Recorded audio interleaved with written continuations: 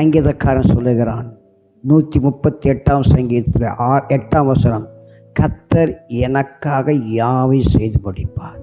இந்த காலை வேளையில் பலர் மேலே நம்பிக்கை வைத்து பல ஜோசியக்காரரை, மந்திரவாதிகளை, பல பில்லி சூனைகளை நம்பி ஓடி இவள் இது எனக்காக செய்து முடிக்கும் என்று ஓடிக்கொண்டு வாழ்க்கையில் ஆண்டவனை பார்த்து சொல்ல, அவையெல்லாம் ஒன்று உனக்கு விடுதலை தராது, அவையெல்லாம் காரியங்கள் வாய்க்க பண்ணாது.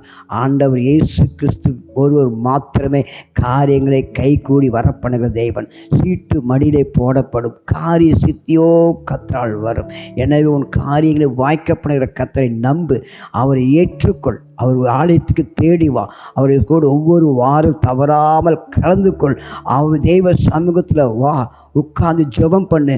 கர்த்தர் நீ நினைப்பதற்கு மேலான கனை வாய்க்க பண்ணி கைகூடி வரப்பட தெய்வனோடு கூட வாழ்நாள் முழுவதும் கூட இருப்பாராக. கர்த்தருக்கே மகிமை உண்டாவதாக. ஆமென்.